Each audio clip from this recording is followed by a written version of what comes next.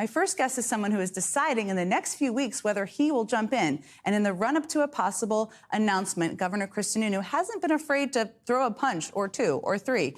He certainly didn't hold back when I sat down with him this week. The former president was, of course, in your home state for a town hall this week. He repeated the big lie, called January 6th a, quote, beautiful day, mocked a person who he sexually assaulted, according to a jury. I know you said you vote for him if he's the nominee, but watching that, hearing that, I mean, is that still Well, he's not going to be the nominee. I used to say that's a hypothetical, but I think everyone's kind of reassessing, even some of his supporters are saying, well, okay, this can't be the message. This is a terrible message with a terrible messenger. Donald Trump does not define the Republican Party. I don't think any one individual ever defines the party, right? It's about those pillars, about what we're about at our core. You've said this many times, that he is not going to be the nominee. But right now he's ahead by double digits, by a lot. Against who?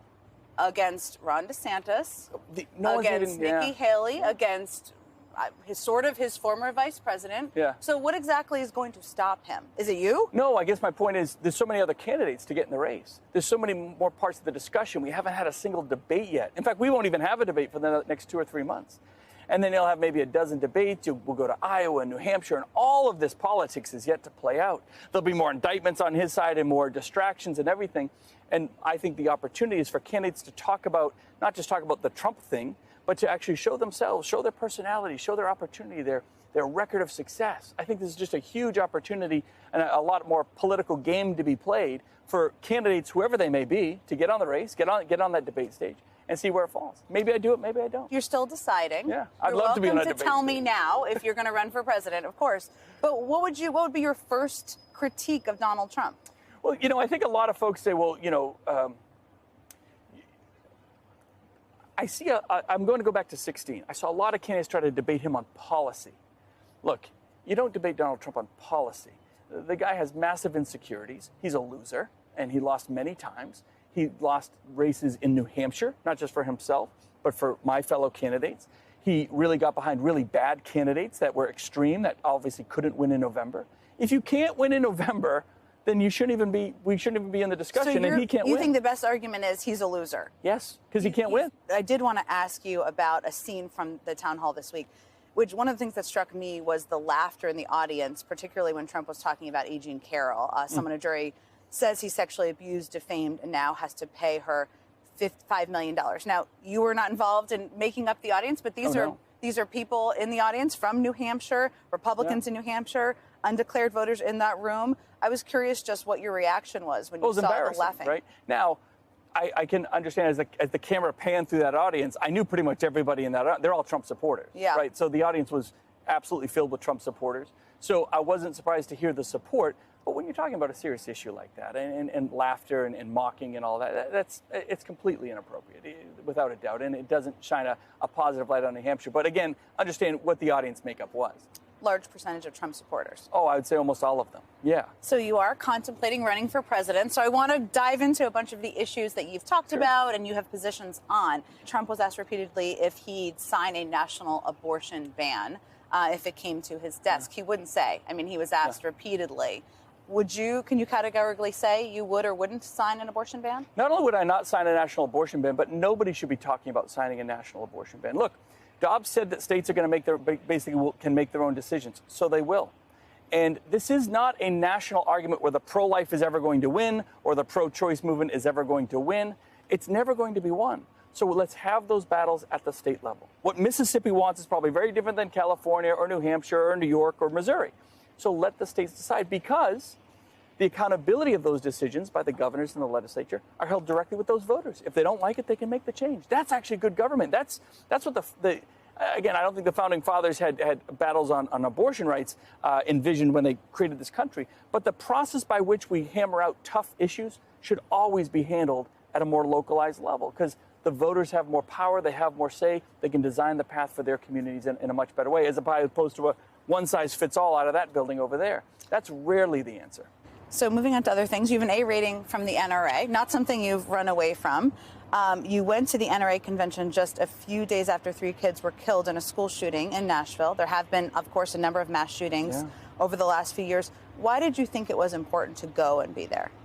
Well, Look, I wouldn't say it was important to be there, but it's a large constituency. New Hampshire has, I would say, a very strong record on supporting individuals' rights around the Second Amendment and gun rights. And there's, 60,000 people there or whatever. A lot of our manufacturers were there. And, it was good to go and kind of talk about our record of success, not just around laws, but around the individual freedoms that drive that. If you just, those mass shootings, I'm a governor, right? So I'm 24/7. God forbid there's a mass shooting. It could happen to anyone at any time, anywhere in this country. There's no law you're going to pass that's going to stop mass shootings.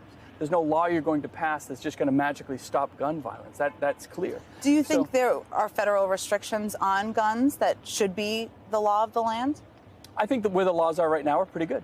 Yeah. Well, let me ask you some of the New Hampshire laws, because you're the expert on it and you know how guns are thought of in New Hampshire. So in 2019, you vetoed 3 gun safety bills passed by the state legislature. One of those bills would have prevented guns on school property. It would have required parents to leave their guns in the car when picking up their kids from school. So to me as a parent, it sounds like it makes a lot of sense. What doesn't make sense about that? Well, it's public property. So parents should ground. be allowed to bring guns into schools? Well, technically they can. Yeah. But why would that be something that would make kids safer or teachers safer? I'm not saying it's making people safer, but it would be pulling away an individual's right when they have the right to do that on public property and public grounds. So it's freedom, or it's right to be able to. Okay. Yeah. Do you think teachers, because one of the things that President Trump called for was hardening of schools. Yes. Do you think more teachers should be armed in schools? If you have training programs and a training program and a system where a teacher can be armed, and again, there's, that's a real possibility if you don't have other school resource officers. Otherwise, you can bring in outside school resource officers, or if a teacher wants to be trained and you have a system in place to get appropriate training, not just a guy, Mr. Smith, the calculus teacher, carries a gun. You got to have right training and protocols and all of that. And we've made tens of millions of dollars of investment in New Hampshire around the hardening of our schools, around investing in safety. It isn't just about whether someone has a gun and the training or not. We have that, of course, but it's really about lockdown systems, communication, safe doors, all that sort of thing.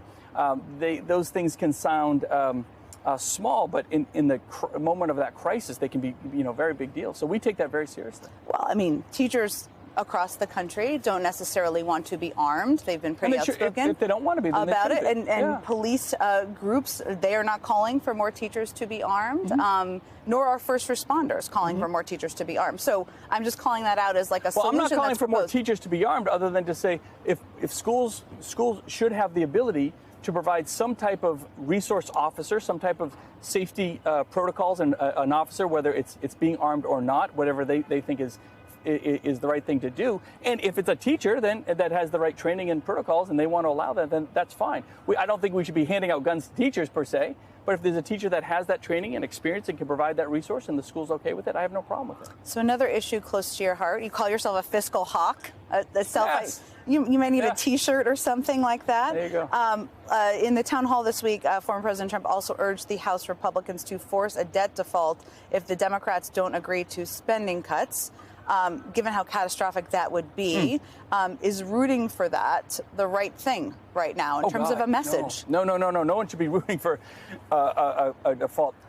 Let's take a little step back. I can tell you, one of my biggest frustrations with this town is I think 98% of people in that building right there don't have an economic sense. I think there is a massive economic illiteracy. I can't even get the word out. Massive economic illiteracy in Washington, D.C. And that has real repercussions to everyday citizens, to families, to local banks, to local small businesses. Defaulting on the debt would be catastrophic. It would send a chain of reaction of events across the country that would really freeze everything up. It would be terrible. Republicans typically don't like to increase, our debt limit, right? We want to be more fiscally responsible. I support that 100%.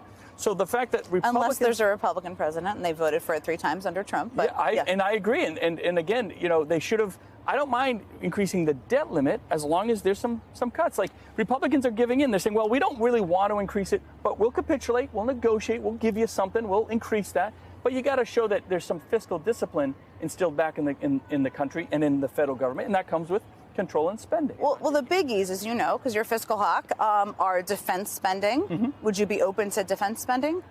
cutting defense spending, I should say? I wouldn't. I don't. If you start saying, well, education spending versus dispense, look, I think you can find a massive efficiency in spending in every department of the government. But there are very big buckets, as you know, that have the most size. Sure.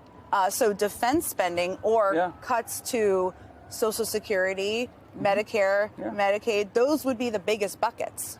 Yeah, well, I'm going to jump around a little bit. You just brought up Social Security. Social Security, 23% cut in Social Security benefits are coming 8 years from now. That's in the law. That is fact. That's happening. Every senior in America should be very concerned that Joe Biden says, I'm not doing anything about it. Even Donald Trump says, me neither. They're joining at the hip saying, massive cuts are coming to Social Security benefits, and we're not doing anything about it. How about a candidate that steps forward and say, we're going to fix that. We're going to make sure that doesn't happen. We're going to create opportunity, efficiency in the system. Well, you've talked about that. I mean, you've talked about supporting privatizing Social Security. Is that something? It's not just about privatizing. I mean, that's kind of an easy answer. It's really about creating other opportunities, options for the individual in terms of how they invest their dollars and ensuring that we can get kind of the fiscal house back in order before these 23. This 23% cut isn't coming 2 decades from now. It's literally coming 8 years from now. Well, Biden and Trump just don't care. It requires tough political conversations, which we have not. I don't think it's that tough. Well, but you've not shied away from. Yeah. Would you be open to raising the retirement age? I think if someone wanted to move the retirement age, yeah, look, did they do it in France? Did they do it in Chile? They did it in all these other countries without a problem. Now, do you have to move it to 70? No, I don't think you have to go that far. You can look at the actual numbers, but the retirement age hasn't moved in decades, or maybe ever. I don't know. You'd probably know better than I. So I think there's just a lot of other doors that have to be opened and addressed and talked about.